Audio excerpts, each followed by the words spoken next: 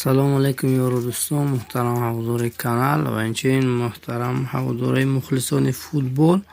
Пагоҳ санаи 6/02/24 бозӣ баргузор мегардад дар майдончаи минтақаи якум участкат байни дастаҳои Ботурхоҷа ва Сомони 2 соати 9:30, Палдорак ва Деҳманора соати 11:00, дастаи Масчоҳ ва Оли Somon соати 2:00 ва инчунин дастаи Somoni 1 соати 15:30 байни дастаи Фирдавсӣ ва Somon 1. дӯсто, ин навъро падилиса кунед, то дигарон низ бохабар шаванд аз рафти бозиҳо.